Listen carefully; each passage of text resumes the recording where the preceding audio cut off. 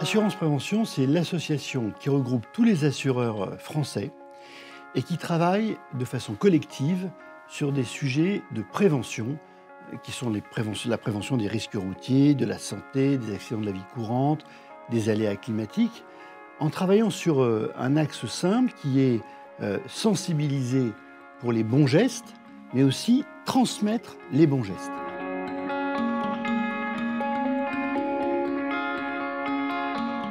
Assurance Prévention, depuis 5 ans, réalise avec des médecins des études sur tout ce qui peut impacter la vigilance au volant.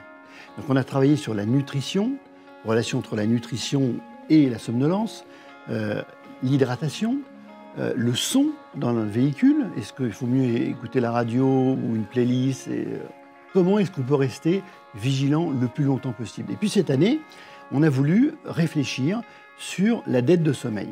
C'est-à-dire qu'on voit bien qu'on est aujourd'hui dans un monde de l'urgence.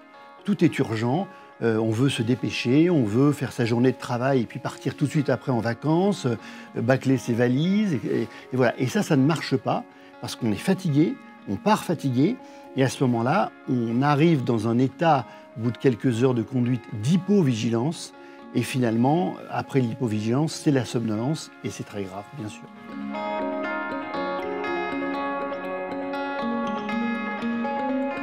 L'objectif de cette recherche scientifique, en fait, c'est une recherche inédite en France, une première en France, où on va mesurer la dette de sommeil chez des volontaires sains, représentatifs de la population française, et on va mesurer cette dette par une application iPhone qui s'appelle iSommeil, dans un premier temps. Et dans un deuxième temps, on va voir les conséquences de cette dette de sommeil, c'est-à-dire la somnolence au volant, via un simulateur de conduite, où on va faire conduire des volontaires simples pendant à peu près 1 heure et on va mesurer la somnolence via ce simulateur.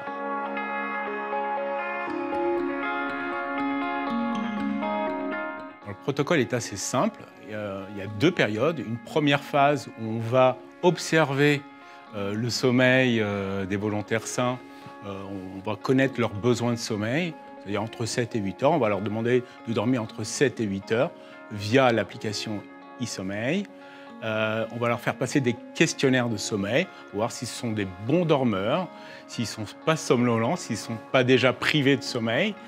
Et on va aussi leur faire passer des questionnaires sur la somnolence au volant, des questionnaires subjectifs.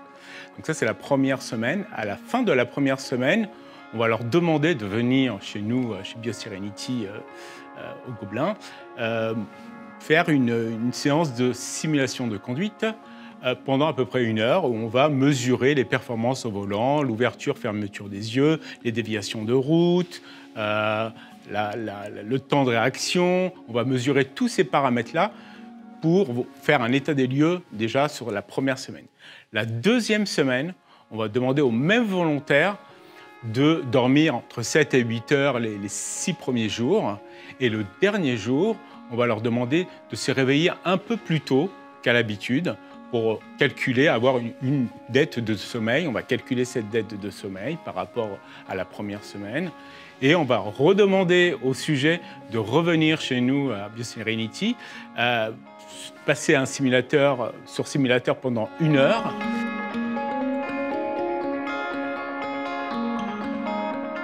Alors, les conclusions de ces études, elles sont très simples. C'est qu'en fait, on s'y attendait aussi un petit peu, c'est-à-dire que la dette de sommeil crée de la somnolence au volant.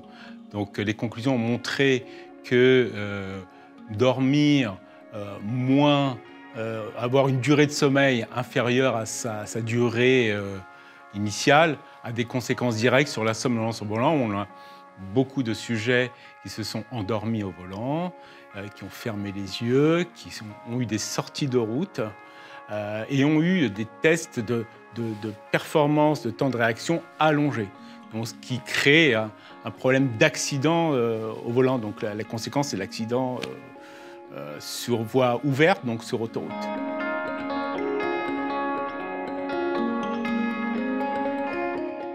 Alors les conseils pour éviter la somnolence au volant, ou du moins pour essayer de la repousser au maximum, c'est bien sûr de partir reposer. Donc ça, il faut y réfléchir quelques jours avant de partir.